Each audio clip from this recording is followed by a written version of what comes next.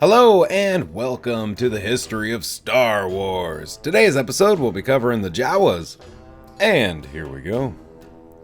Jawas were a sentient species of meter-tall humanoids native to the Outer Rim desert world of Tatooine. Jawas who migrated from Tatooine were referred to as off-world Jawas. What Jawas hid underneath their heavy robes was subject to much speculation from the colonists who settled on Tatooine, with rumors claiming that they were giant rodents or de-evolved humans. Although Jawas were typically small, measuring only 1 meter, some of them were significantly taller than that. Jawas were passionate scavengers, combing the deserts of Tatooine for droids or scraps of which they could capture and sell to local residents, forming a codependent culture of trade. However, they had a reputation for swindling, selling hastily refurbished equipment, and faulty droids. Thus, moisture farmers were very wary of their goods, but they often purchased them due to being hard-pressed to find a better selection in their remote locations. Jawas were found lurking at pod racing tracks in order to haul away smoking debris from the crashed pod racers. A Jawa could often speak both their native Jawanese, which utilized scent as well as spoken words to convey meaning, thus making it impossible for outsiders to understand,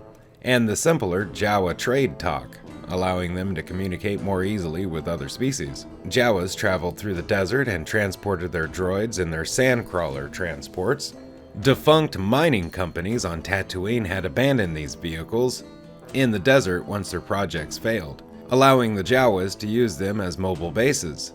Jawas had a tentative peaceful relationship with the Tusken Raiders, or Sand People, an aggressive species also native to Tatooine. However, the Jawas preferred to avoid the Sand People when possible, due to their unpredictable nature. One band of Jawas was responsible for locating and reuniting C-3PO and R2-D2 after their escape pod crash-landed on Tatooine. The band subsequently sold the droids to Luke Skywalker's uncle, Owen Lars.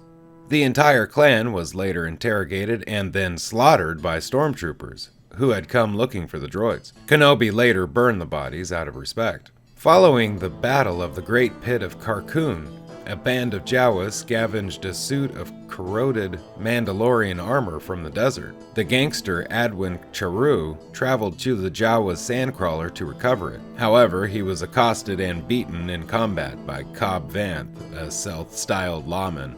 A popular galactic drink known as Jawa juice existed and was served in such locations as Dex's Diner on Coruscant.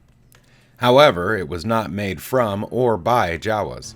Jawas were present on other worlds in the galaxy, referred to as off-world Jawas. Ships traveling to and from Tatooine led to some of them migrating from their homeworld and making their way to other planets. They continued their old habits on the new planets, still obsessed with scavenging technology wherever possible. Some could be found on Navarro, the world where the tribe took refuge, and at least one clan possessing a sandcrawler lived on Arvala 7.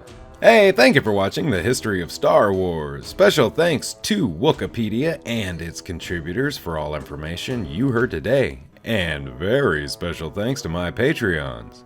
And to Royalty Free Tube for this fantastic background. Don't forget to like, share, subscribe, and leave a comment. These things really help the channel grow. Thank you and have a great day. Bye-bye!